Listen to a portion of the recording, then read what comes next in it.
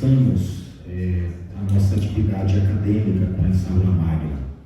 Nós bem sabemos a importância de uma aula como essa, né, que nos insere no semestre letivo, com uma reflexão profunda, capaz de despertar, o nosso interesse, não somente pelos estudos, mas principalmente porque esses estudos nos levam ao mistério de Deus, né?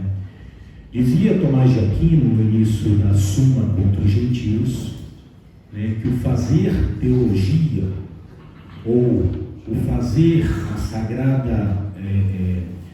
sagrada ciência, ela nos conduz ao conhecimento do mistério de Deus, com base na fé e no esforço contínuo do intelecto, né? E Tomás de Aquino vai completando dizendo que quanto mais refletimos sobre o mistério de Deus, mais pensamos sobre a nossa salvação. Quer dizer, refletir sobre Deus, fazer teologia, precisamente é refletir sobre o nosso mistério ou dom de salvação. Então nós começamos assim essa nossa programação da aula magna. Então aqui está conosco o padre, professor doutor José Aguiar Nobre. Tem uma formação muito sólida e, claro, seguindo aqui a formalidade, irei apresentá-lo. O professor doutor José Aguiar Nobre, ele tem pós-doutorado em filosofia pela Universidade Federal do Paraná, tem pós-doutorado em educação pela PUC Campinas, ele é doutor em teologia sistemático-pastoral pela PUC Rio. Aqui só um parêntese, o orientador do padre José Aguiar foi o mesmo orientador do irmão Romildo, que é o padre França, né? Então são colegas também e tiveram o mesmo orientador na PUC Rio. Bom, continuando, é mestre em educação pela PUC Campinas, graduado em filosofia, teologia e em pedagogia, membro de diversas sociedades de pesquisa, tais como Associação Latino-Americana de Filosofia da Educação, Sociedade de Teologia e Ciências da Religião, SOTER, Associação Nacional de Pós-Graduação e Pesquisa em Educação, Associação Nacional de Pesquisadores em Financiamento da Educação. Ele é docente da Faculdade de Teologia da PUC São Paulo, graduação e pós-graduação, com a função de coordenador na graduação, integrante do Banco Nacional de Avaliadores dos Sinais, tem pesquisado sobre revelação divina, antropologia, casa comum a partir da Laudato-Si, líder do grupo de pesquisa Teologia e Cultura, Profecia e Sociedade, que pesquisa sobre os desafios da formação humana integral a partir da fé cristã, levando em consideração as relações entre a teologia e a cultura, a profecia e a sociedade, tá? Então, só menciono ou enfatizo, né, que o professor, o padre José Aguiar Nobre, então ele é coordenador, professor do curso de Teologia da PUC São Paulo e também é professor do programa de Teologia, mestrado e doutorado, inclusive orientador, né, tem vários alunos que com ele estão. Então, padre, agradecemos pela sua disponibilidade de estar aqui conosco, né? Logo de imediato, o padre José Aguiar Nobre aceitou o nosso convite para iniciarmos bem o nosso semestre letivo e nos abrilhantar com a reflexão, que tem, então, ainda que já falada pela Karen, mas tem como título a nossa aula magna, Acolhida da Revelação Divina e realização humana. Como iremos conduzir, né? O nosso conferencista, então, tem entre 30 e 40 minutos para a sua reflexão. Logo após, nós seguimos com o plenário. Então, fiquem livres, né? O microfone irá até vocês para alguma consideração, alguma reflexão, alguma pergunta, e aqui eu farei esta mediação. Logo após, nós teremos um momento muito alegre e festivo, né, que é o café comunitário. Então aguardem com muita calma este momento também. Tá bom? Padre, mais uma vez, bem-vindo. Então, passo a palavra para o Senhor. Muito obrigado pela acolhida. Eu cumprimento carinhosamente a todos que aqui estão. Sei do tamanho da minha responsabilidade. Obrigado, Antônio Watson, pelo convite. Todo esse currículo aí, eu sou candidato ao paraíso. Mais nada. É o cantinho das vaidades aí. Eu sou religioso estigmatino e aqui na minha frente eu conheci o Padre Lima no dia da defesa do doutorado do meu provincial, Padre Jordélio. Eu corro risco, eu espero que as minhas heresias não sejam levadas até ele. Só para dizer que também tive muita alegria de conhecer pessoalmente o irmão Romildo, que nós temos aí o Padre França como nosso orientador, como foi mencionado. E nós, está para sair um livro organizado por mim, mas o meu colega coordenador lá na PUC, São Paulo, onde tem o capítulo do irmão Romildo, que o Padre França, na primeira mão, quando eu convidei o França, ele já me indicou, e foi onde eu conheci o irmão Romildo. Vai sair em setembro, é um título com o projeto de Francisco, e tem entre mim o irmão Romildo, França e bispos e todo mundo, praticamente. Então, hoje, direto à questão, eu tenho consciência da minha responsabilidade de tratar desse tema, mas para a gente conversar sobre a acolhida da revelação divina, 9 horas da madrugada, na segunda-feira, nada melhor que com poesia, né? Então, escolhi uma poesia escrita pelo Caetano Veloso, que ontem celebrou seus 80 anos, na voz da Betânia. Nós temos a questão da felicidade, né? Da realização, e o tema vai tocar na questão do mistério. Diz assim: embaixo a terra e em cima o macho, o céu. E entre os dois a ideia de um sinal, traçado em luz e em tudo a voz da minha mãe.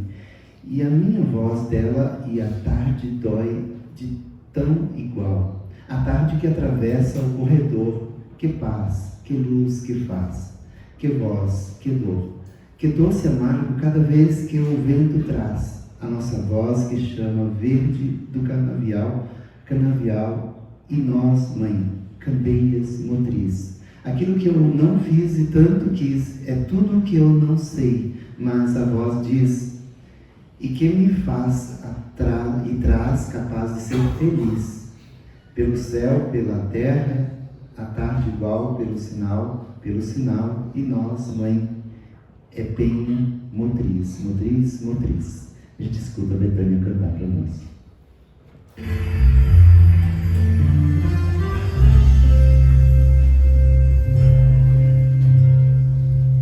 Embaixo a terra e em cima do macho céu, e entre os dois a ideia de um sinal traçado em luz e em tudo a voz de minha mãe. E a minha voz na terra e a tarde dói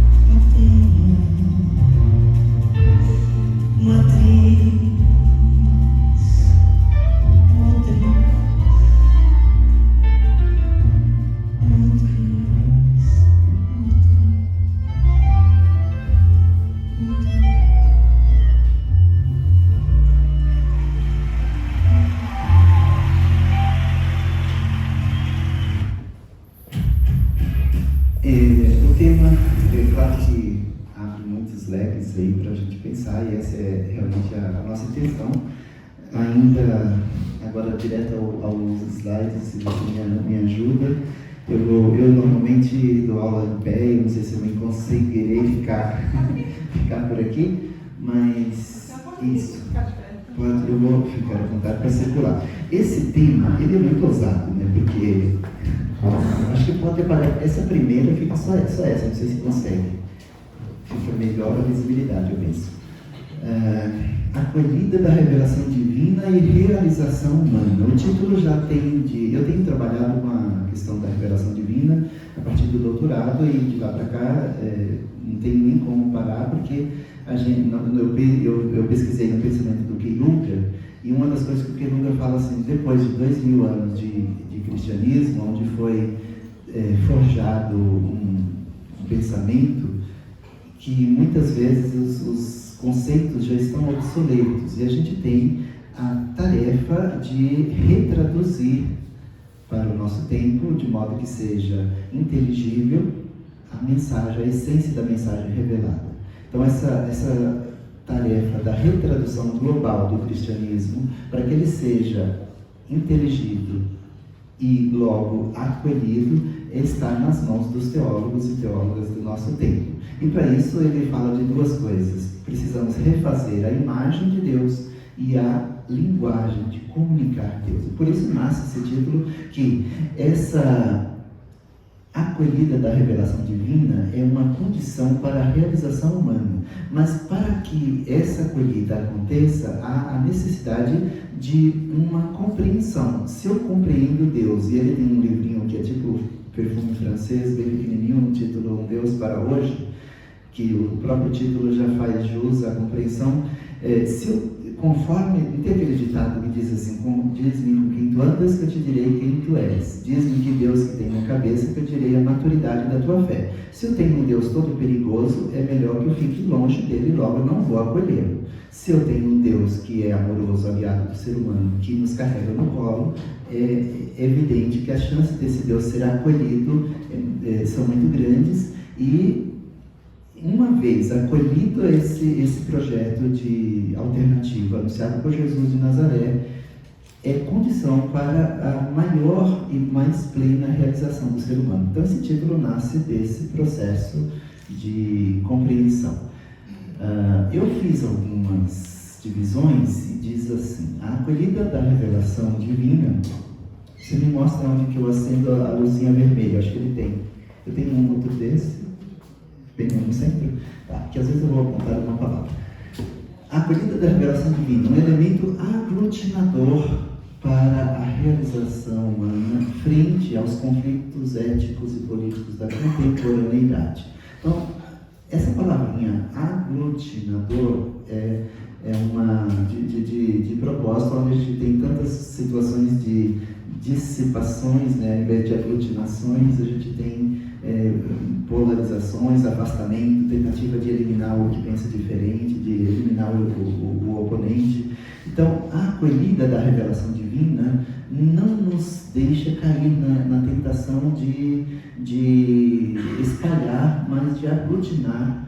E essa aglutinação, essa assimilação, para poder enfrentar os conflitos éticos e políticos da contemporaneidade, e religiosos também. Ante as falsas notícias, somos chamados a partilhar aquilo que edifica o ser humano, a boa notícia. Nós estamos num mundo eivado de falsas notícias, e o contraponto para isso nasce da boa notícia, do Evangelho mesmo. A mudança de mentalidade da sociedade odierna contribui para o fomento de um ser humano realizado? É uma questão que a gente põe. A gente sabe que estamos já numa nova mudança, num novo tempo, e a gente não está mais na mudança, a gente já está no novo tempo. E muitas vezes as nossas categorias de compreensão de espaço e tempo ainda não fizeram as passagens necessárias para a gente viver intensamente esse tempo novo que a gente vive. E ontem Jesus chamando, né, para vigilância, não para meter medo em ninguém, mas para aproveitar bem a vida, para aproveitar as graças que o Senhor nos dá, de viver em sintonia com o projeto do reino. Desse modo, então, é uma questão que fica aí para a gente pensar, né? Se essa mudança contribui ou não para a formação, né, o surgimento de um ser humano realizado. O que a gente entende por ser humano realizado? A gente vai pensar na dimensão de uma concepção semítica de ser humano. Não uma concepção de ser humano fragmentado, mas do ser humano inteiro, de um ser humano que se sabe incompleto e que se põe em processo de construção constante. Um retrato da humanidade contemporânea e seus desafios. O fomento de uma mentalidade educativa que se dá mediante a educação para o coletivo. Aqui eu estava pensando no Fratelli, de conjugar as diferentes forças nas tarefas do porvir, a fim de acolhermos as riquezas do diferente, aproveitando o que cada um tem de melhor entre modernidade e fé. Já vem desde Paulo apóstolo, né, quando fala dentro dos conflitos, escolha aquilo que é bom, né, examine tudo e fique com o que é bom. E o que é bom? Aquilo que edifica a vida. Hoje a gente, parece que a história, quem é da área da história, eu sempre tenho muito a sensação de que entre modernidade e fé. Já vem desde Paulo apóstolo, né, quando fala dentro dos conflitos, escolha aquilo que é bom, examine tudo e fique com o que é bom. E o que é bom? Aquilo que edifica a vida. Hoje a gente, parece que a história, quem é da área da história, eu sempre tenho muito a sensação de que a gente chega naquele lugar de novo de conflitos, onde o próprio Jesus anuncia, parece que a história faz aquele encontro de novo com esses mesmos desafios, porque a gente tem uma tentação muito grande de eliminar quem pensa diferente. A proposta aqui não é eliminar, mas aproveitar as riquezas que cada um traz. A acolhida da revelação de Deus nos permite, pois, a ver que na necessidade ou no nascedouro das diferentes utopias é possível inventar novas formas do conviver e do viver. A sabedoria prática está aí para apontar que, frente ao imponderável e na curvatura do círculo, fujamos do perigo de captura e de assimilação do oponente. Isso aqui está muito forte na nossa mentalidade de igreja e de mundo. E é um parêntese. Normalmente, eu tenho falado nas minhas aulas, nas faculdades de medicina, por exemplo, quando se tem um caso novo, uma junta médica e faz o discurso, ou o estudo de caso, discute os casos. Na nossa área de teologia, a gente tem muita dificuldade de fazer isso e eu penso que é uma urgência a ser feita. Nós temos, por exemplo, só para fazer pensar, você tem hoje uma comunidade de fé, onde tem ali um líder religioso que conduz aquela comunidade. Mas você tem dentro daquela comunidade pessoas que seguem um guru que está do outro lado do mundo, ou do outro lado do Brasil, e ele chega assim para você: olha, você tem que me confessar porque fulano lá me falou que eu tenho que confessar isso, isso, isso. A gente tem um cruzamento de informações que incidem diretamente nas nossas comunidades de fé. Eu só estou dando um exemplo bem assim aéreo para não descer em casos reais. Mas se a gente falar dos nossos exemplos, discutir os casos reais na nossa pastoral, há um risco muito grande de levar para o lado pessoal, de se ofender. E eu penso que para fazer uma boa teologia é preciso discutir esses casos sem ofensas. Isso é um desafio muito grande porque é meio cultural nosso, inclusive nas resenhas, as recensões. No Brasil, você sai um livro, se você fazer uma resenha, uma crítica, parece que já é brigando com o autor. E não é isso, e a gente precisa evoluir nesse sentido. E esse perigo da captura e da assimilação do oponente está muito forte, tanto na política quanto na religião. E a acolhida da revelação divina eu vou dizer a palavra cura, né? nos cura dessa doença de ficar tentando levar para o lado pessoal. Nos faz abertos e disponíveis para a compreensão. A acolhida da revelação de Deus nos permite, pois, ou permite ao ser humano a liberdade do desprendimento dos caprichos separatistas, a fim de criar espaços comuns de convivência. Aqui eu estou pensando no Pacto Educativo Global. estabelece conexões em prol da vida plena e da realização mesma do ser humano criado por amor. Numa linguagem do Deleuze e Guattari, compreendemos que os seres humanos são capazes de criarem rizomas, isto é, de estabelecerem caminhos e conexões em prol da realização mesma do ser criado amorosamente por uma finalidade nobre, desenvolver a sua teleologia. Todos nós temos uma vocação a ser colocada em prática. E eu peguei ali a imagem do rizoma do Guattari, do Deleuze, que nos mostra que não são pessoas fechadas, mas pessoas que têm inúmeras possibilidades de criar, que têm inúmeras possibilidades de fazer o bem. O rizoma, ali tem a imagem do rizoma e depois a descrição dele, é um modelo de resistência ético, estético, político. Trata-se de linhas e não de formas, por isso o rizoma pode fugir, pode se esconder, pode confundir, pode sabotar, pode cortar caminho, depende da necessidade de fazer o bem. Não que existam caminhos certos, talvez o correto seja o mais intensivo e não o caminho do meio. As linhas de fuga são aquelas que escapam da tentativa totalizadora e fazem contato com outras raízes, seguem outras direções. Não é uma forma fechada, não há ligação definitiva. São linhas de intensidades, apenas linhas de intensidade. É uma forma de dizer assim, porque às vezes a gente tem os rigorismos, isso pode, isso não pode, isso está certo, isso está errado. Existe o espírito não se deixa aprisionar. Existe uma criatividade e eu pensei nessa ideia aí para nos mostrar, para a gente não ser escravo de nós mesmos, dos nossos caprichos, mas estar sempre aberto para ver a possibilidade do outro estar certo. E assim a gente faz a vida fluir e não fica travando processos. A acolhida da revelação de Deus faz o ser humano cair na conta da riqueza do outro e possibilita uma passagem da mentalidade do anátema ao diálogo ou ao encontro, como propõe o Francisco. Que eu gosto mais ainda, eu acho que o encontro supera o diálogo, porque o diálogo acontece entre realidades impermeáveis. Eu dialogo com o outro, vou embora com a minha verdade, o outro fica com a sua verdade. O Francisco traz a categoria do encontro, que acontece entre realidades porosas. Eu ofereço a minha riqueza, absorvo a riqueza do outro sem perder a minha identidade, e assim é muito mais eficiente e mais doce a vida.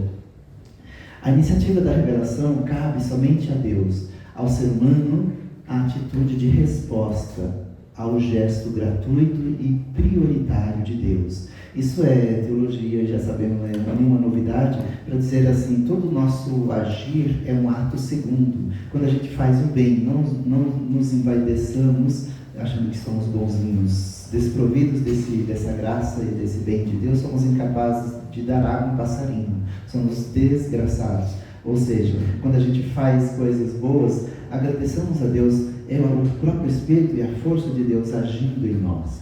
E dessa forma a gente entende, por exemplo, a gente tem aquela fala, vamos levar Jesus àquele lugar. Que bobagem, Jesus sempre nos antecede, ele chega primeiro sempre. Então essa compreensão do nosso lugar no processo de falar desse mistério e de conviver com ele, sem roubar para nós vaidosamente o seu lugar. Nós somos desafiados a ser no mundo parábolas vivas do Evangelho. E para isso, estar em contato com essa fonte límpida que é o próprio Deus faz da gente capaz de entender isso, que a iniciativa vem sempre dele, somos instrumentos para reduzir no mundo o seu amor. Essa acolhida é um passo para a abertura ao profundo e a consequente integração humana. Ao assimilar esse caminho, qualquer sectarismo se torna desprezível. A experiência de desvelamento, ou experiência mística, a experiência desse mistério, possibilita uma sensibilidade disposta a captar, o Padre França usava muito isso, captar não no sentido de enjalar, mas de assimilar, de inteligivelmente, de captar o que está além do ruído imediato. O ser humano, se o ser humano estiver surdo existencialmente, a linguagem do transcendente torna-se inaudível. Daí a necessidade de ouvir a voz do Eterno ressoar de diferentes modos na história da salvação. Sabe aquela história de gente que fala assim, palavra entrou no ouvido e saiu por outro? Eu tenho a sensação que em muitos momentos essa palavra não entra no ouvido e sai no outro, ela bate e volta, sabe? Tem umas cabeças esses dias, assim, e pessoas muito boas. Fiquei 9 anos pároco em Curitiba e tenho lá 3 afilhados de batismo. Ontem recebi um monte de mensagem do dia do padre para dizer assim, eu acabei de chegar em São Paulo na pandemia e os 2 anos da pandemia a gente não conta, né? Fica lá. E de modo que você se assusta quando você vê pessoas assim, condenando, pessoas muito ajuizadas, boas, condenando. E eu peguei aquele trechozinho assim, Jesus, ele nem condena, eu não vim para julgar o mundo, mas para que o mundo seja salvo. Se o próprio Jesus não julga, que ousadia que temos nós. E aí me encheu de citações bíblicas, assim, para dizer, não, algumas teologias têm que ser queimadas, e a gente está recheado de pessoas ao nosso entorno com esse tipo de mentalidade condenatória. Eu falei assim, você já viu o filme A Cabana? O filme A Cabana é uma chave de leitura que eu encontro na teologia para dar aula para os outros cursos, porque trata da questão do perdão, e tem muitas pessoas que não existe essa opção de perdoar. E ela falou, já ouvi 2 vezes, para dizer, não entendeu nada do filme. Quem tem necessidade de perdoar, eu acho que deve ver várias vezes para poder entrar no processo, né? O perdão inteligente, ou requer também, né? O perdão difícil. Fecha parênteses, mas só para dizer assim, que existem ouvidos inaudíveis que não querem, ou só querem ver aquele cercadinho. Tem muitas pessoas, se eu falar muitas coisas que vocês não concordam, não é só a Carol com K que é cancelada, eu sei que os professores também são, muitas vezes. Mas para dizer assim, é um risco muito grande quando você já tem o seu cercadinho e você só quer olhar para aquele cercadinho, você não quer ler outra coisa que te balança. Eu trabalhei, e agora o risco das aulas virarem testemunho de vida é um perigo muito grande. Eu trabalhei na vacinação, eu sou padre que entrou no seminário com uns 25 anos e trabalhei 6 anos e meio na vacina, entendo muito de vacina. Aliás, tudo que eu acompanho as atualizações. E num dia eu não estava preparado para falar aqui no meio do homilia, eu falei assim, a pandemia pegando feio, e eu falei, tem que explicar essa altura da vida, que vacina é importante, me perdoe, me poupe, né? E falei assim, sem pensar. Eu falei que quem não toma vacina, que fique em casa, seja considerado criminoso, porque só fica multiplicando variante. Você imagina como isso doeu no fígado de alguém que é anti-vacina, né? Para dizer assim, nós temos hoje, eu vou voltar aqui, mas só um parêntese, a igreja, a teologia, nenhuma ciência vive em função de si mesma. As ciências vivem em função de ajudar, de favorecer a vida. E eu fiquei pensando na nossa teologia, na nossa vida, o papel da igreja.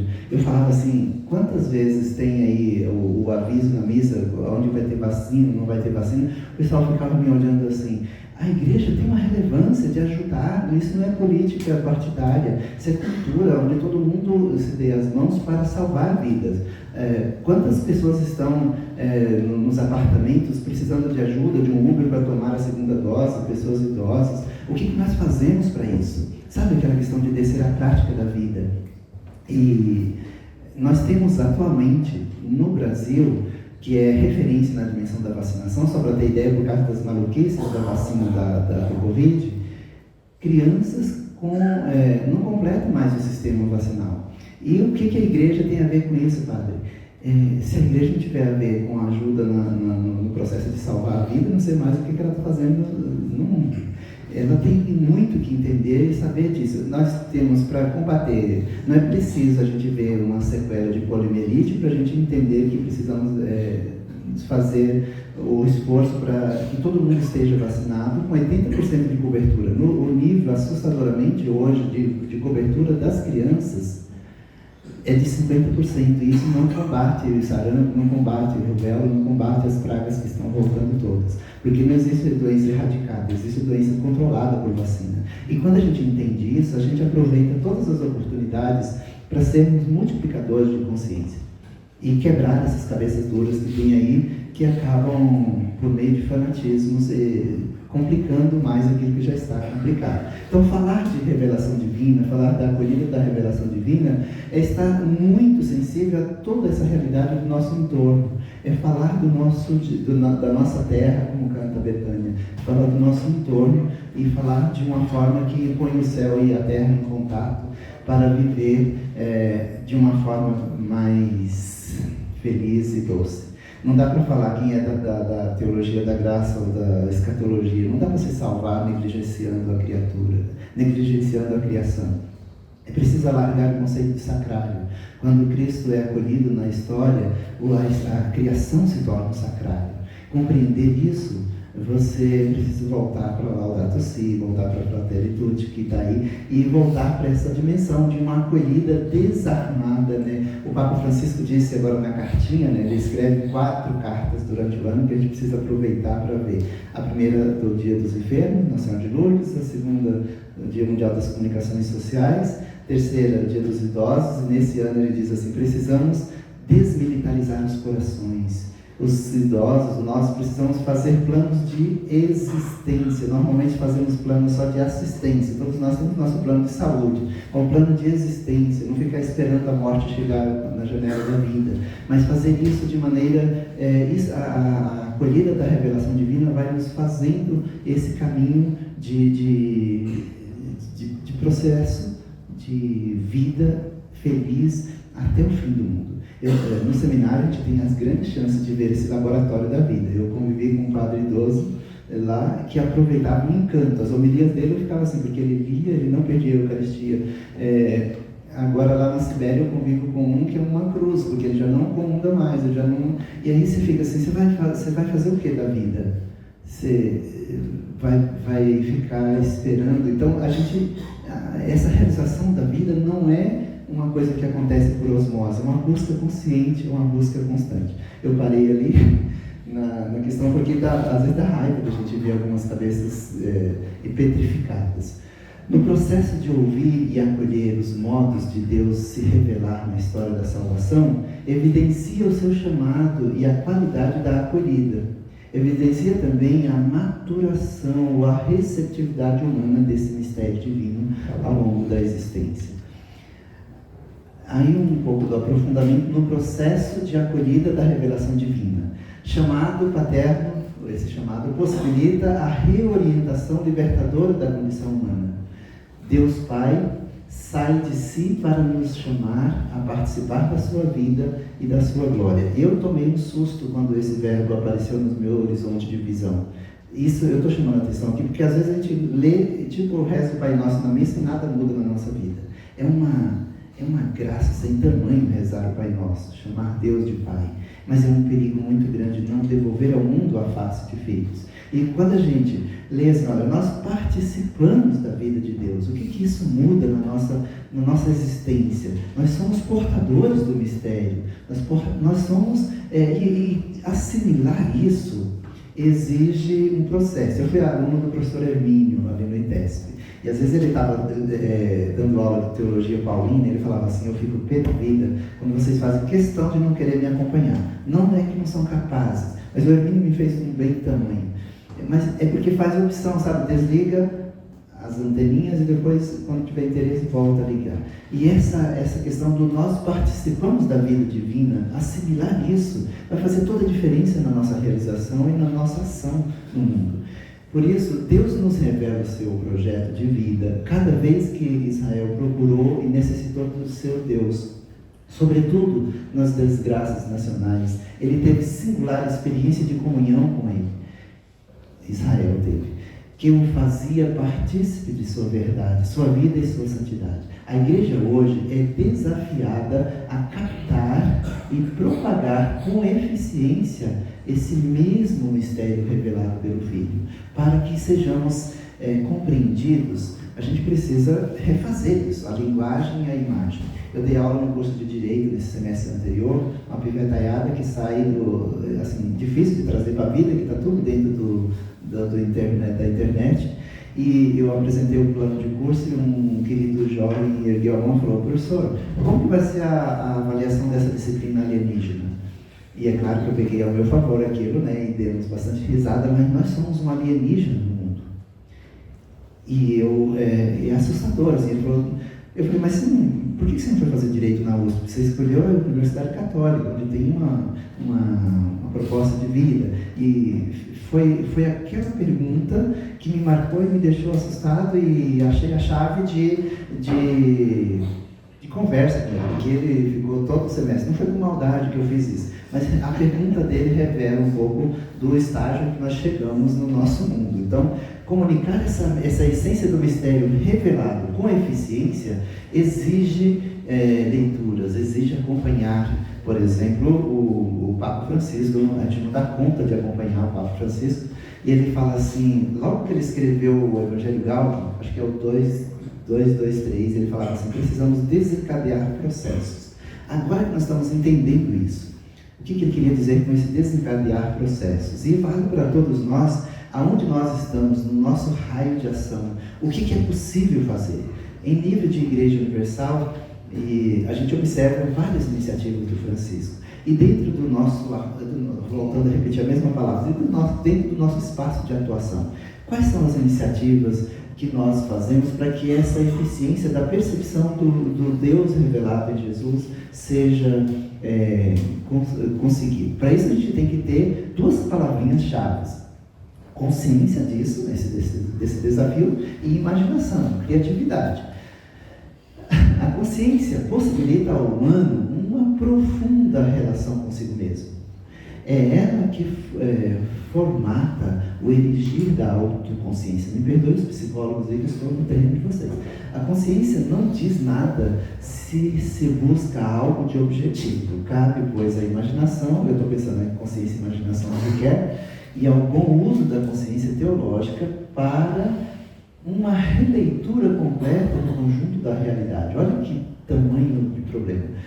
Em outras palavras, o não dizer imediato da consciência remete ao ser para o mais profundo de si mesmo, para o seu mais peculiar poder ser. Isso nasce da experiência mais profunda e imediata que o ser humano tem do Deus revelado. A consciência não revela nada objetivo, mas revela tudo, enquanto ao humano são os olhos sobre si mesmo e pode entender-se a si mesmo de novo. A abertura à revelação se torna, pois, condição especial a essa sua formação, para dizer que olhar a vida com um olhar místico, transponível, com um olhar de filhos de Deus. E isso não é novidade, que já vem lá desde os caras aí da patrística, né? Eles faziam muito isso. Tem alguém ali estudando patrística, né? O Antônio Watson. Não sei se você falou, você está na apresentação, ele falou tanta coisa.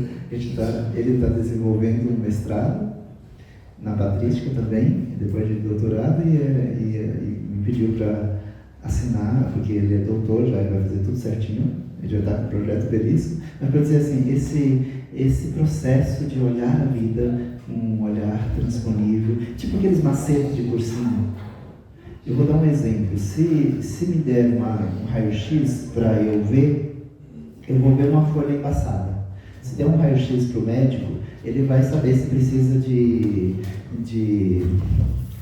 injeção ou não, se está com infecção ou não. O médico tem um olhar adestrado para ver o raio-x. O cristão, ele tem um olhar adestrado para ver a vida, à luz da fé. Ele, aonde está, diz o Francisco Misericórdia Vultus, número 12, aonde estiver um cristão, qualquer pessoa que dele aproximar, ali deverá deparar-se com um oásis de misericórdia. Esse cristão que volta que tem a nostalgia do rosto de Deus. E nós, enquanto teólogos especialistas nessa área, a gente tem essa obrigação de fazer esse processo acontecer com eficiência. Eu tive, no período do doutorado, pároco, fazendo doutorado, inclusive o Francis usou isso na minha defesa, dizendo assim: olha, normalmente o cara vai para a Itália, fica lá em paz, pesquisa e volta. Ele fez enquanto era pároco, e eu parecia que ia desmaiar na segunda-feira da manhã, com palpitações, e eu liguei para o cardiologista que ia na missa todo sábado, lá para a esposa, e fui lá. Ele me fez um exame tão bem feito que eu saí dali com uma pulga atrás da orelha, que eu falei assim: eu tenho a obrigação moral de atender todos os fiéis que vieram na minha paróquia com a mesma competência com que esse cardiologista me atende, e eu saio tão satisfeito desse consultório. Veja a responsabilidade da teologia. Santa Teresa de Ávila já dizia que é um horror quando você vai buscar um confessionário ou um aconselhamento espiritual e depara diante de um religioso que não tem nada a acrescentar. Então, e essas coisas para acrescentar, precisa a gente ter essa abertura ao mistério, esse encantamento com aquilo que é encantador, que é o próprio Deus. Eu nem sei mais onde eu parei ali, mas vou começar do começo. A abertura à revelação é consequência indispensável à formação social da consciência, caminho eficaz para a autonomia do ser criado por puro amor de Deus. Com a genuína concepção da importância da percepção de Deus e a acolhida do seu amor, teremos a construção de uma sociedade educada para o coletivo, na qual as relações humanas são sempre mais fortalecidas e respeitadas quando talhadas pela alteridade.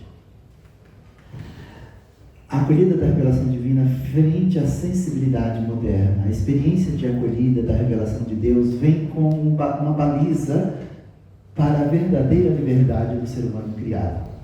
Eu prometo que já estou concluindo, só mais um pouquinho. Nisso reside um gesto radicalice de captação da expressividade mesma do mistério. Comunicar Deus com uma linguagem e uma imagem novas. Já falei disso. O gesto criador de Deus é intencional e dirigido a nós para que o captemos na liberdade. Ao perceber o amor de Deus, o ser humano será capaz de romper os velhos hábitos de uma realidade circular e estática, de realizar de forma constante esse processo de delicadeza da natureza humana para recepcionar a intencionalidade divina. Não podemos nos esquecer que a liberdade manifestada por Jesus diante da lei, do culto, das convenções sociais, despertou a dupla indignação diante dos seus. Eles pensavam, ou ele era um desrespeitoso, inovador, blasfemo com o sagrado e a tradição, ou seria ele realmente o portador originário de uma mensagem de quem verdadeiramente tinha profunda intimidade com o Deus paterno? Esse dilema, ele permanece hoje quando a gente tem aí falas, só me vem aqui na mente o Dom Orlando, né, quando ele fala pátria amada, pátria armada, a gente sabe os burburinhos que gerou, de onde Dom Orlando tira aquelas frases de efeito, e a quantidade de gente tentando desqualificá-lo e ao seu entorno. E dentro da igreja a gente sabe muito bem que tem pessoas que seguem mais o Centro Dom Bosco, que não tem nada a ver com o salesiano, do que os seus próprios. E a troco de quê? A gente não é ingênuo, não precisa de muita especialidade em sociologia da religião para entender que existe um capital financeiro mundial com as suas garras da Europa aos Estados Unidos para financiar muito bem essas pessoas, para aparecer na ponta do iceberg e desqualificar quem abraça essa ousadia de Jesus de Nazaré. Para ver que esse negócio está aí na linha da história, e dizer isso é bem complicado, porque parece que você já está com a camisa vermelha aqui, e não é nada disso. É entendimento de uma vida. Às vezes a gente está a época é tão maluca que conforme a cor litúrgica do dia, você está de um lado, né?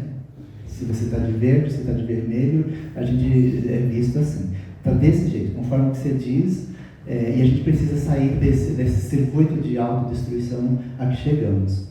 Jesus foi o ser humano que mais complexivamente teve recepção mais profunda, percepção mais profunda do lugar do ser humano diante de Deus. Ao ser humano que faz essa experiência, sede perfeito como o Pai é perfeito, ele adquire o profundo senso de corresponsabilidade na construção do reino. Como que Deus poderia nos pedir isso se nós somos tão limitados? Ele jamais pediria de nós algo que não fôssemos capazes. O ser humano não está plantado na horizontalidade. Ele se sabe um ser emergente, inacabado, e portanto ele está em constante evolução. Está inteiramente assim disponível para a novidade. É ser criativo e atento à palavra que ilumina o mistério, presente no dinamismo da história. Esse aqui, Plantado na Horizontalidade, nós temos um livro novo de um autor que eu não posso dizer o nome, que ele vai ser tolhido pelo próprio nome, mas procura o título. Antigamente nós tínhamos a Imitação de Cristo, famosíssimo, conhecido de todo mundo. Agora a gente tem aí da Imitação de Cristo ao Seguimento de Jesus, que ajuda a gente a sair de um lugar... Pelo título vocês descobrirão o autor. Eu estou brincando, evidentemente. Mas é o Leonardo Boff, ele escreve, né, e é bonito, vale a pena analisar. Eu lembro que teve uma pessoa que me ligou assim, olha, eu não aguento, eu não acredito que vocês leem o livro desse cara. Eu vou parar de dar o dízimo. Desse jeito, não estou brincando. E eu falei, você lembra de São Paulo Costa? Você já leu o livro? Não. Então leia primeiro, depois critica. Depois a gente conversa. Analise primeiro e fique com aquilo que é bom. Porque está aí, é muito... E as pessoas, às vezes não tem pena, às vezes não. Mas porque são bondosos demais para estar nessa desgraça. É uma desgraça. Desculpa a expressão. Porque cai nesse lugar de eliminação e não dá... E a gente precisa... eu fiquei um tempão com as equipes de Nossa Senhora e alguns seminaristas, fui formador também, já passei por esse ministério tão rico, e elas falavam assim, puxa, vocês só vivem atendendo esses ricos. Eu falei assim, a gente precisa atender as equipes de Nossa Senhora, mas também saber o nome das famílias que precisam de cesta básica, conviver com todo mundo. E a gente faz esse processo, esse é o próprio exercício do bom pastor. Eu não sei se eu estou estourando o meu tempo, mas já está quase acabando. Está dentro do controle? Colado, eu grifei até de propósito, colado ao rosto do mistério divino, os seres humanos se dedicarão à doce tarefa do fazer teologia. São seres prenhes de Deus e se sabem e saberão dar razões à sua fé, de seus significados e de suas motivações. Há esse processo eu coloquei aqui de propósito, colado no mistério divino. Assim, esses seres serão capazes de aglutinar o que existe de melhor em cada realidade diferente e, sem atitudes pueris de assimilação do outro diferente, o acolhe, o valoriza, multiplica em suas dádivas, eliminando assim todo tipo de dor e de indiferença. Pronto. Ao fazer teologia da revelação em tempos de crises, que são várias, quais são que são muitas, né? A atitude de acolhida da revelação possibilita uma maturidade humana em concreta expansão. Diante de uma atitude acolhedora do mistério revelado de Deus, o ser humano se torna capaz de receber a Deus, de receber de Deus a responsabilidade de tomar a sua vida e histórias nas próprias mãos. Os seres criados por amor adquirem um estágio de adultez na fé. Aí reside a pergunta por Deus. E na receptividade radical do amor de Deus, o ser humano vai entrando em plena realização. A efetividade dessa tarefa requer a necessidade de abandonar toda a mentalidade exclusivista de gueto, onde a busca dos esforços de todos os seres humanos preocupados com a caminhada da humanidade se faz destino e interesses comuns. Trata-se de uma postura de denúncia das mentalidades protecionistas e de fechamentos que reinam hoje. Estão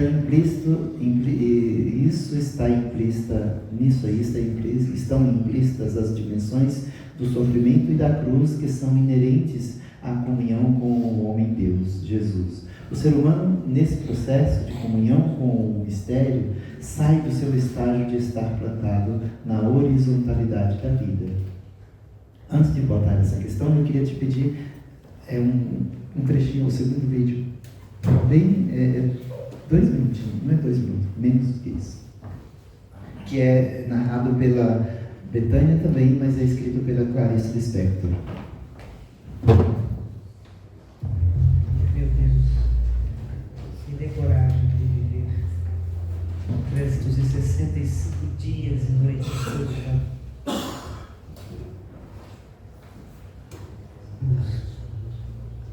Me dê coragem de considerar esse vazio como uma plenitude. Faça com que eu tenha coragem de te amar, sem odiar as tuas ofensas, a minha alma e o meu corpo. Faça com que eu tenha coragem de enfrentar. Faça com que eu saiba ficar com nada e mesmo assim me sentir livre.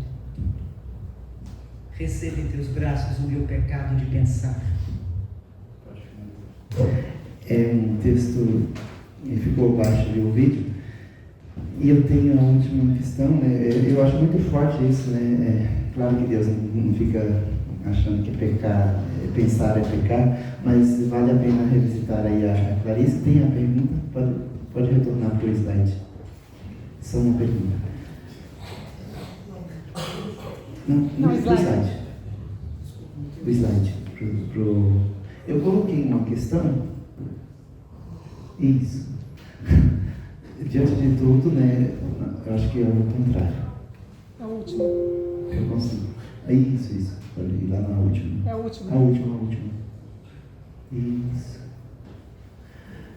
Em face da proposta alternativa de viver, estar externalizada por Jesus de Nazaré, e diante do que já refletimos acerca da pedagogia da revelação divina, que é condição para a acolhida e realização humana, como é possível falar de Deus hoje de forma propositiva, entusiasmada e inteligível?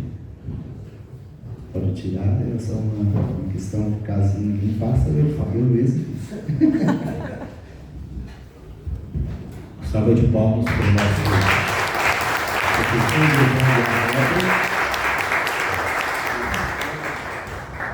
professor, muito obrigado pela brilhante reflexão. Acho que muitos elementos ali da teologia da revelação, né, os recortes existenciais da vida prática, da pastoral, da teologia prática, também iluminam, né, a nossa reflexão pastoral. Então, muito obrigado pelo testemunho e, como eu falei, pela belíssima reflexão. Bom, então nós abrimos agora o espaço, o nosso plenário, para algumas considerações, algumas perguntas ao nosso conferencista. Então, o espaço aqui é livre e Karen, por favor, pode levar o microfone até... Basta levantar a mão e diretamente se dirigir ao padre José Aguiar. Só.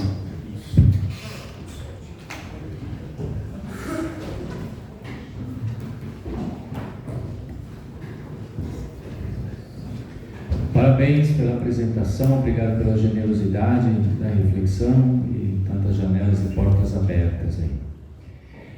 Você usou na sua reflexão conceitos do tipo rizoma, falou em atualizar, falou em conceitos forjados em 2000 anos e que precisam ser relidos e retomados.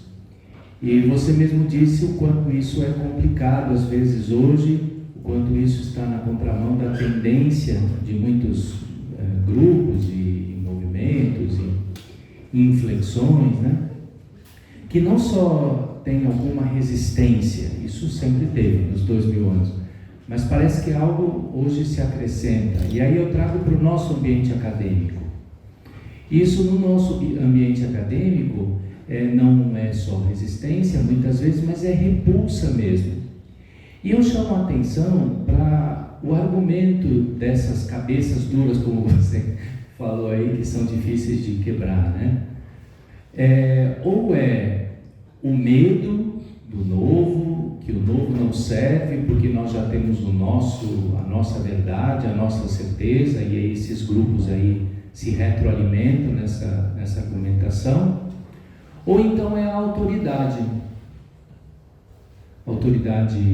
de uma tal doutrina estática que eles enxergam em algum lugar, ou a autoridade, sei lá de quem. É interessante. E eu queria ouvir um pouco amplificar um pouco essa resposta, já que você terminou com uma pergunta, no ambiente acadêmico, na relação especialmente de professor e aluno, né? Como lidar com essa tendência? Porque ela não está lá fora, né? está dentro do nosso meio, na nossa. Aqui não tem, mas em outros ambientes a gente sabe que tem, né? Como lidar, como continuar produzindo pensamento e fazendo teologia diante desse rizoma, né? Como que é o seu nome? Frei Guilherme. Obrigado pela fala. Eu penso que, da mesma forma que não existe marmita de graça, não existe, por mais que eu me esforce para pensar assim, eu falei assim, às vezes eu tenho dó, às vezes não.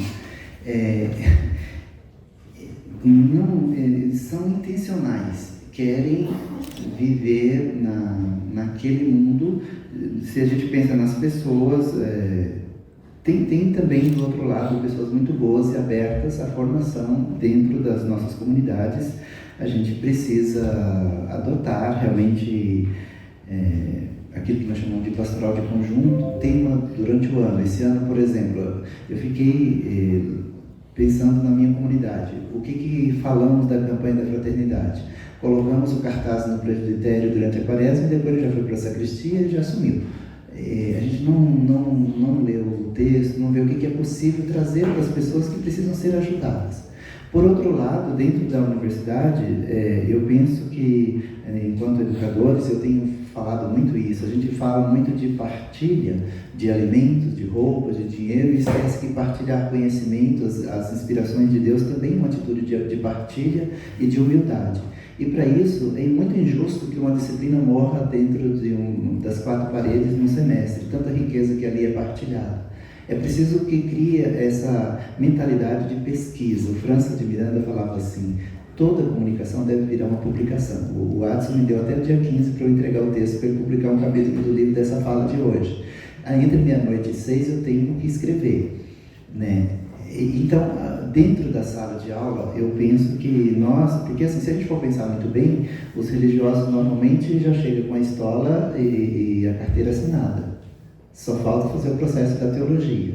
E já sabem disso. E para que eu vou estudar? E eu penso que a grande responsabilidade, o grande desafio de nós, educadores, é dizer que é muito mais confortável ler um texto com gosto dentro do meu quarto, no meu aconchego, do que ficar lá muitas vezes dentro da sala de aula, num lugar desconfortável. Eu dou aula, por exemplo, esse semestre numa sala apertadíssima, onde os alunos não se sentem à vontade, é cheia. Eu incuti o espírito de pesquisa, e tem uns que não vão mesmo, porque aí a vida se encarrega de eliminar, mas tem uns que vão fazer a pesquisa dentro do seu conforto. Eu fiz pedagogia no Unify quando eu estava diácono. Eu não sei se eu respondo, se eu complico mais, mas a minha professora de didática, ela vinha produzidíssima, parecia que ia ser madrinha do casamento, e fazia uma aula lindíssima. Ela falava assim: daqui a 50 anos, seus alunos vão pensar, como pode você ter uma professora só para você na sala de aula? E isso não demorou 50 anos, a gente teve na pandemia, né? O cara hoje faz uma aula para 200 pessoas, para 800, Mas, para dizer assim, a gente precisa incutir esse vírus da pesquisa, esse desejo da pesquisa, da leitura, esse amor pela descoberta. E fazer isso de maneira clara, direta com os alunos. A gente está entre adultos. Ou você desperta o desejo de se aprofundar e ir atrás dessas questões, ou a própria vida, porque as pessoas sabem. As pessoas, eu sou lá do sertão da Bahia e teve lá agora o novenário da festa do Bom Jesus. E olha como é interessante, a gente está muito atento a esses movimentos do mundo. O Orlando Spin tem uma tese chamada assim, A Fé do Povo, né? Esse faro teológico.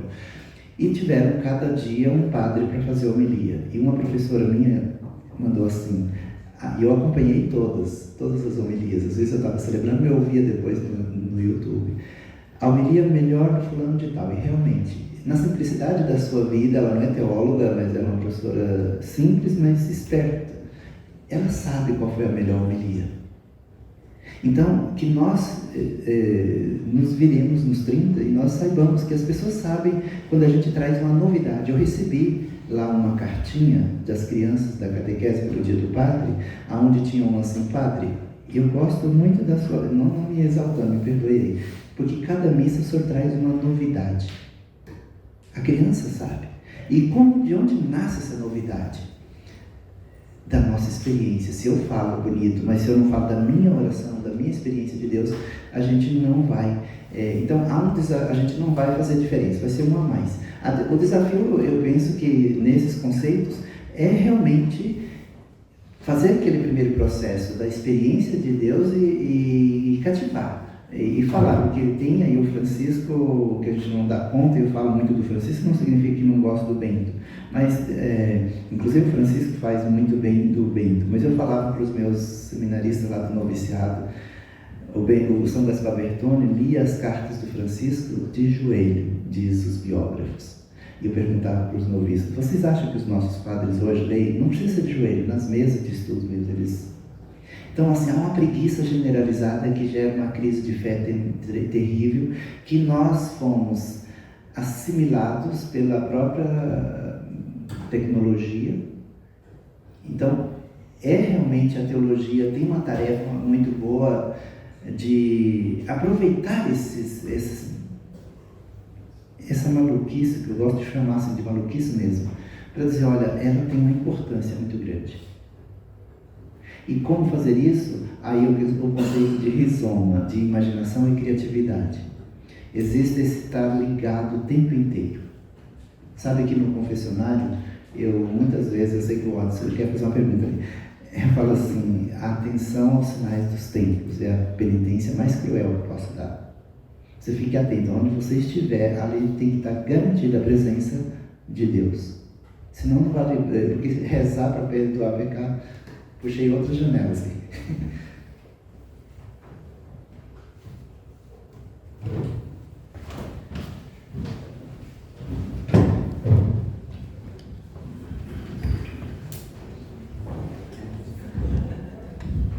Bom dia, obrigado pela partilha, professor, bastante interessante. Partindo de onde o senhor iniciou, falando sobre essa apresentação de uma realidade de Deus, aquela revelada por Jesus, de um Deus próximo, de um Deus amoroso, eu gostaria de saber o que o senhor poderia nos ajudar no sentido prático do dia a dia, pastoralmente falando.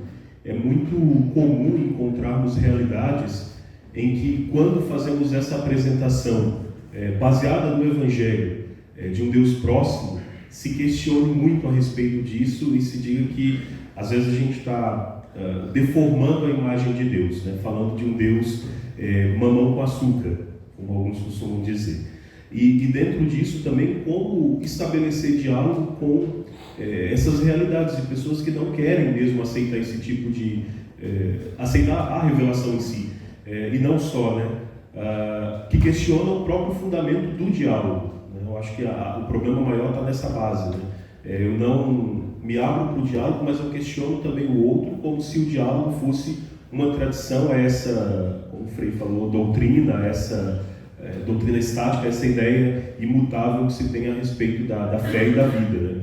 Então, fazendo com que quem dialoga pareça ser um infiel, para usar o termo que alguns também tratam, né? Um traidor da fé. Obrigado. Eu sou o Ivan, sou estudante do quarto ano.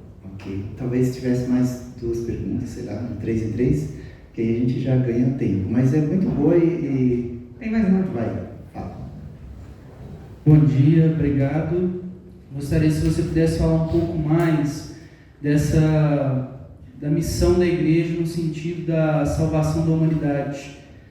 Você disse que se não estivermos interessados pela salvação do ser humano, o que faríamos nós enquanto igreja, né? E isso partindo do repensar a criação do Queiruga, em que ele recoloca a nossa fé numa dimensão do desenvolvimento humano enquanto humanidade, e não só quanto segmento cristão católico, né?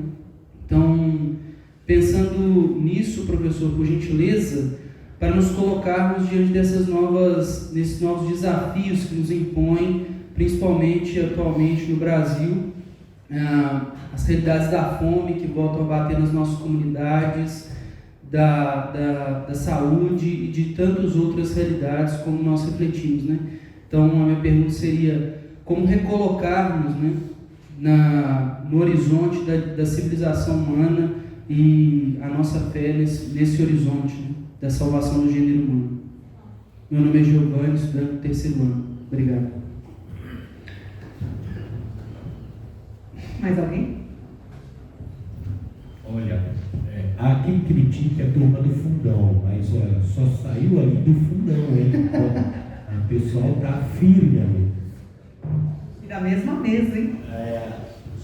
Ali, ó. Você desafiou, Antônio, olha só. Não é porque a gente foi desafiado, não. Sou estudante do terceiro ano, sou irmão João Evangelista, da Abadia São Geraldo do Morumbi. Eu fiquei pensando, professor, na questão que o senhor tinha falado, quando muitas vezes dizemos que vamos levar a boa nova, vamos levar o Evangelho para aquela realidade que não teria o Evangelho presente, né? O senhor falou, cuidado com isso, né? Cuidado, nós estamos tão convictos de que temos isso, né? E vamos levar o outro, mas Deus se antecipa, né? Chega primeiro, né? Então, a questão da graça mesmo, né? E fiquei pensando, quando a gente está, apesar que o senhor falou da questão do diálogo e do encontro, né?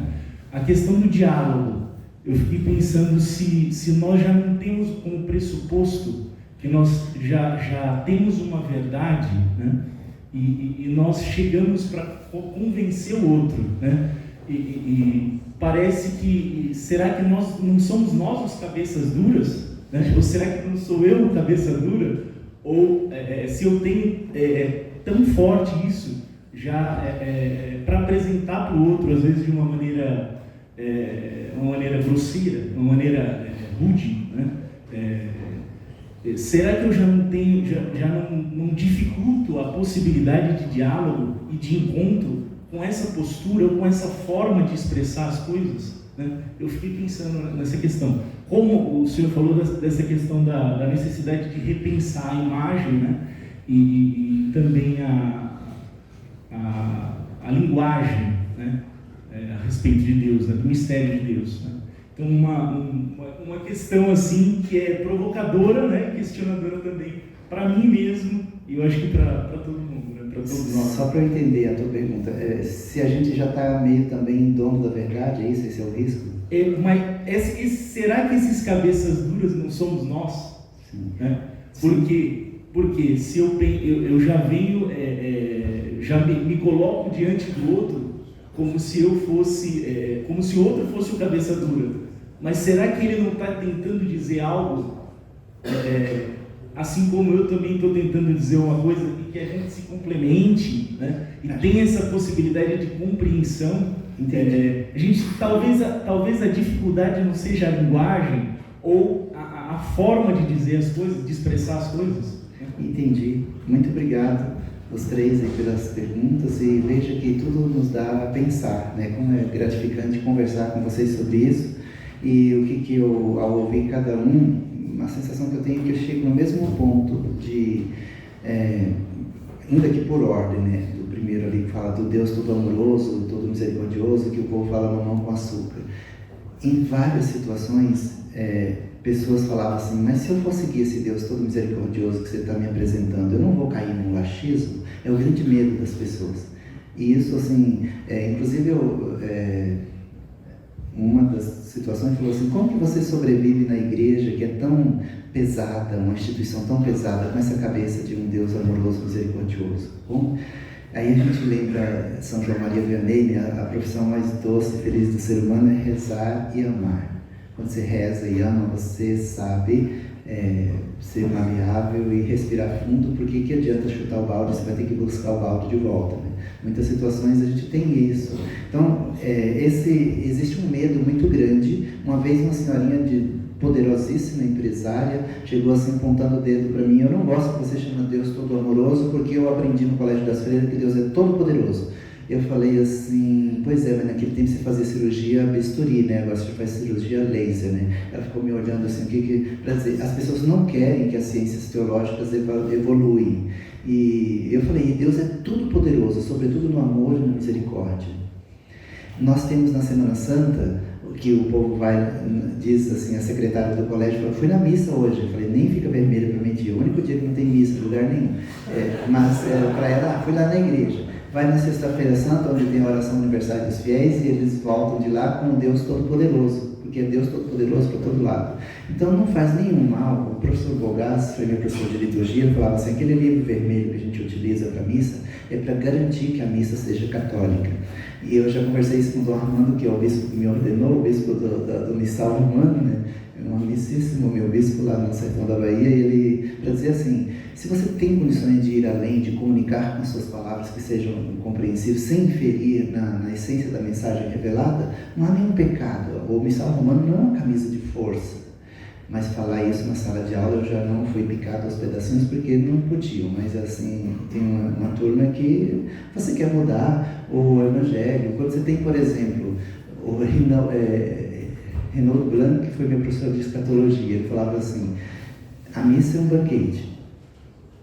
E se você é o anfitrião, se ele faz a oração lá no café, que nós saímos vivos daqui, que ninguém morra com esse café, quem de nós vai botar a boca naquela comida? Né? A gente tem na missa ainda o padre repetindo orações obsoletas, em que essa comunhão não nos leve, não seja caso de juízo e condenação, mas remédio e sustento para a nossa vida. Segundo o Blanc, já é uma mensagem obsoleta há muito tempo. Para dizer assim, a gente precisa mudar essa linguagem, não é ser herege, mas é dizer de Deus mesmo, aquilo que Jesus falou, olha, quem me vê Deus. Sem Jesus seríamos analfabetos de Deus.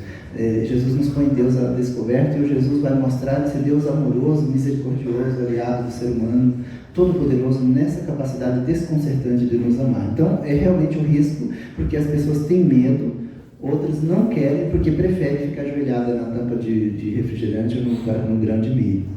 Então, é uma questão de liberdade que Deus sempre preza. Eu acho que assim, a gente vai sempre deparar com esse dilema de pessoas, mas vai fazer muita diferença, primeiro para nós. Quem é Deus para nós? É um amigo? Eu li esse Deus para hoje do Queiruga, que não tem mais nem na estante virtual, e guardo comigo, e foi uma mudança um divisor de água na minha relação com Deus. Deus é o nosso amigo, os amigos sabem das nossas limitações e nem por isso deixa de ser nosso amigo. A segunda questão, quando falou da salvação, da igreja como salvação, e também a terceira vai muito nessa direção, a gente só vai ser capaz de ser eficiente e relevante no nosso mundo se a gente ser capaz de dialogar com os desafios do nosso tempo. Há uma usando um termo do Padre Mário, livre docente da Unesp, há uma mediocridade sem tamanho, uma preguiça de leitura, de acompanhar, de atualizar as coisas. Não é por acaso, só para finalizar, não é que deu uma maluca na cabeça do Papa e escreveu um documento para os catequistas no ano passado. O conceito de catequista precisa ser ampliado, sair daquele de preparação para o casamento, para os sacramentos apenas. Não é que deu uma maluquice na cabeça do Papa e escreveu agora o Desidere Desiderato, lá sobre a liturgia. É para exatamente garantir que a gente esteja com acesso a originalidade da fonte. E voltar sobre, você falou ainda da fome, né, que é uma triste realidade. Quem está doente e quem está com fome tem pressa. E a gente precisa tomar consciência disso e também achar um jeito de reler José de Castro, né, a Geografia da Fome. É um texto que está aí antigo, já guardado no esquecimento. Tem também, acho que o Leandro Condor, sobre a questão do famoso fascismo e comunismo. Esses dias eu estava lendo um post bem engraçado, adoro Charge, que fala assim, existe a mesma coisa de acreditar em mula sem cabeça, Papai Noel, algumas coisas que estão aí, conceitos, ideologia de gênero. Tem muita gente falando bobagem sem ler. Sabe, eu morei em Curitiba 9 anos, conheço de perto o Moro lá, que se deixasse botava no altar uma imagem dele, e hoje já se sabe quem é, eu não tinha dúvida desde o primeiro momento, mas assim, essas maluquices que a igreja não pode se permitir, quem comunga da Eucaristia e quem escuta a palavra, não pode se permitir ser massificado. Quando eu falava ali do raio-x, que o médico é adestrado para ver o raio-x e o cristão é adestrado para estar no mundo, ele precisa ter essa condição. Nós já temos a doutrina, Mas a atualização da comunicação dessa doutrina se faz eficiente na medida que a gente acompanha o magistério da igreja, que atualmente é regido pelo Papa Francisco, que os caras negam, que o Francisco está tentando tirar da gaveta aquele calhamaço do Vaticano II, e tem muita gente tentando empurrar para a gaveta de volta, esperando o Francisco passar. Como diz o Dom Mol, a gente finge no Brasil que gosta do Francisco, mas está esperando ele passar. E isso é muito triste, e isso na teologia a gente tomar consciência disso para poder valorizar o que ele faz.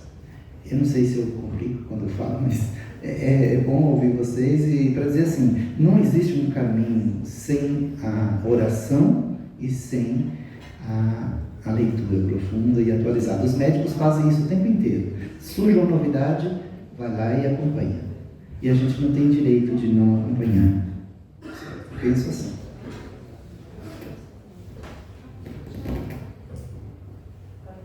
Tem perguntas na frente. Então, nós vamos para o último rol de perguntas. Tem uma aqui, mais alguém, só para a gente administrar o tempo. Acho que é assim, somente. Obrigado. Então, bom dia. Obrigado, professor José, pela apresentação.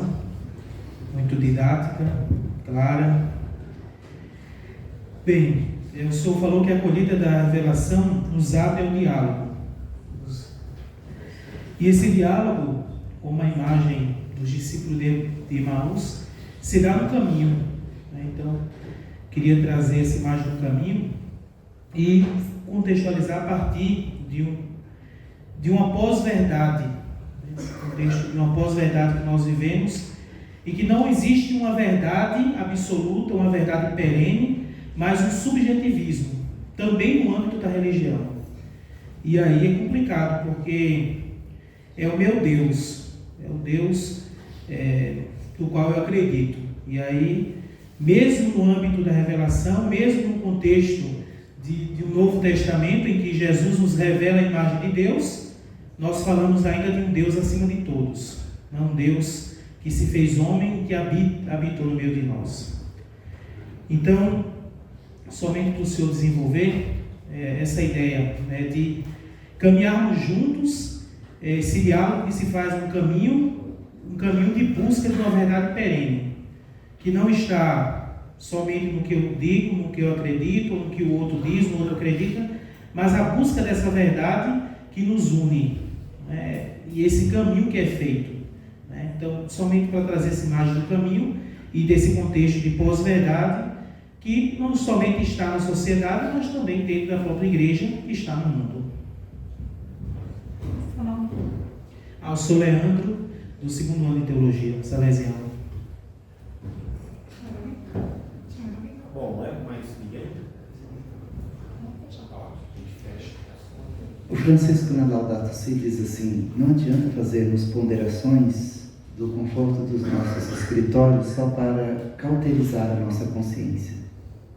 É preciso ir ao encontro das realidades. Então, essa categoria do encontro da igreja em saída é por aí. Sem o encontro, a gente vai sempre falar bobagem do que o outro pensa. Uma vez uma senhora disse assim, eu finalizo com esse exemplo: é preciso, eu morava no arranha-céu, é preciso a gente doar as nossas roupas que a gente não usa mais, a gente comprar cesta básica para o filho do porteiro. Eu falei assim, que tal pagar um salário digno para ele, pensar o mundo a partir do mundo do porteiro e dar a ele o direito de comprar a roupa que ele quer, a comida que ele quer. Ela quase ficou sem fôlego perto de mim.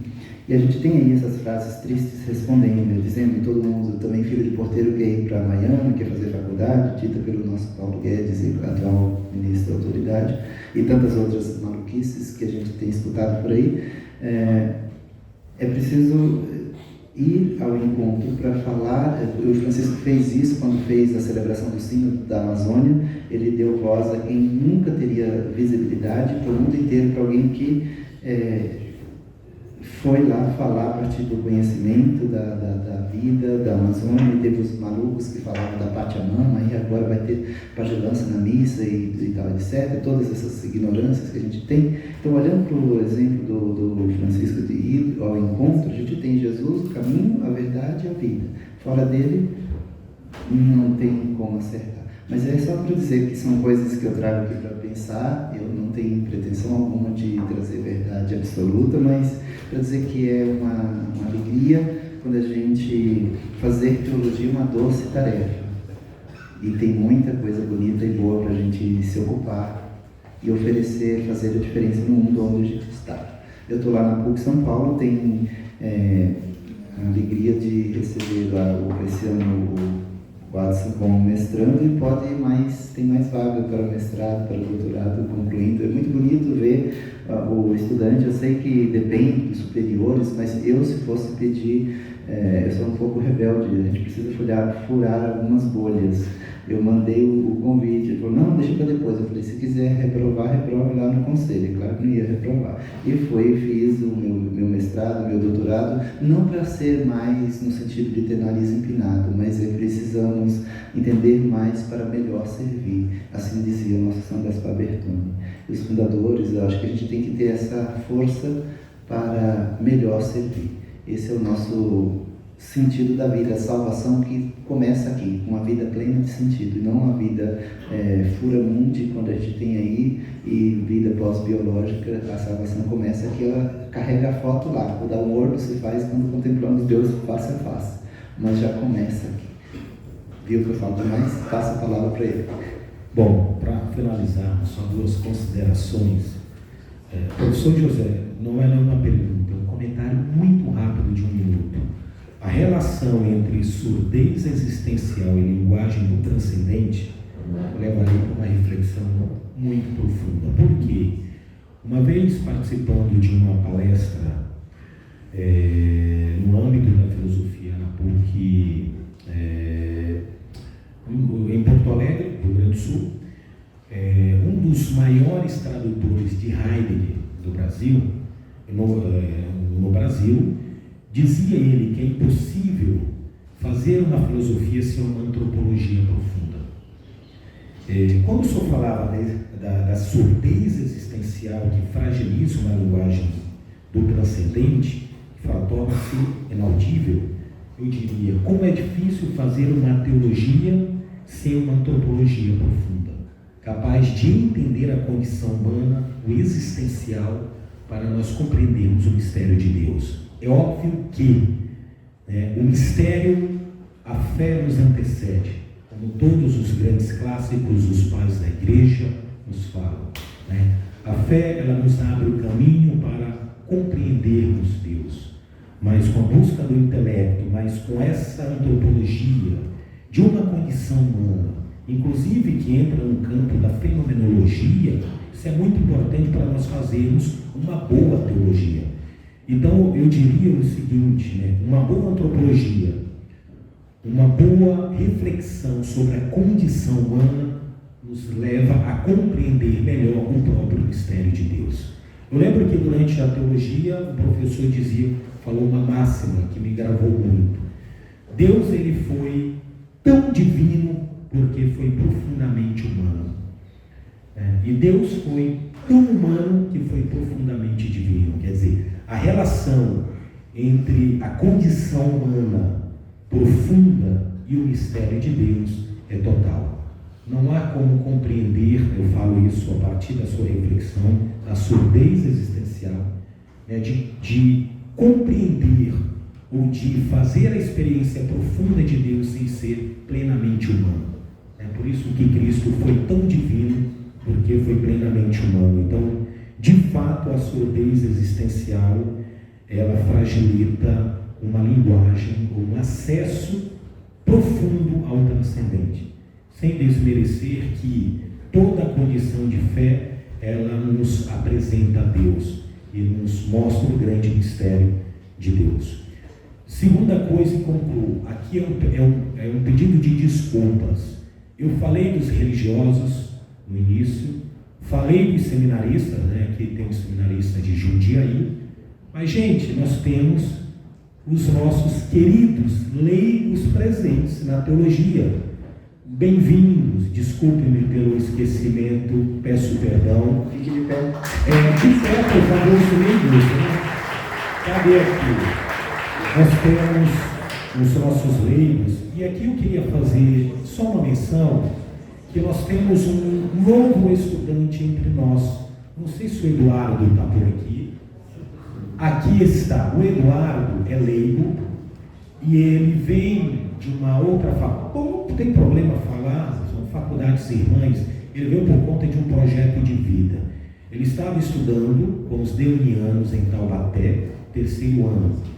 E por um projeto de vida veio para São Paulo e está continuando os estudos teológicos aqui conosco no Pio XI.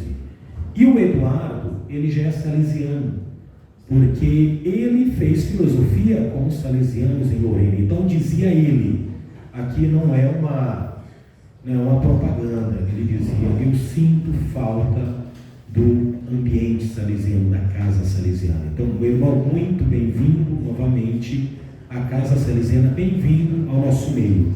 Então, aluno do 3º ano, um colega de vocês está do 3º ano leigo, bem-vindo, tá bom? Bom, por último, muito obrigado a todos os estudantes. Tenham um excelente semestre letivo. Obrigado aos professores que aqui estão.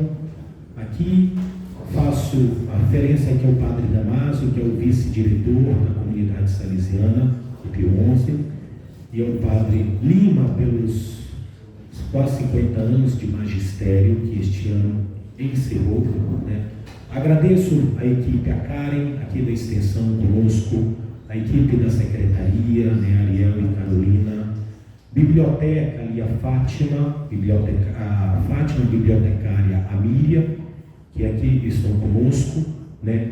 Também o Adilson, do TI, a nossa equipe, né, aqui no Campus Pio XI, e da limpeza, que tem a Josi e que tem a Isa, e que aqui estão conosco. Bom, rapidamente só a programação. Nós estamos com atraso, mas o tempo é nosso.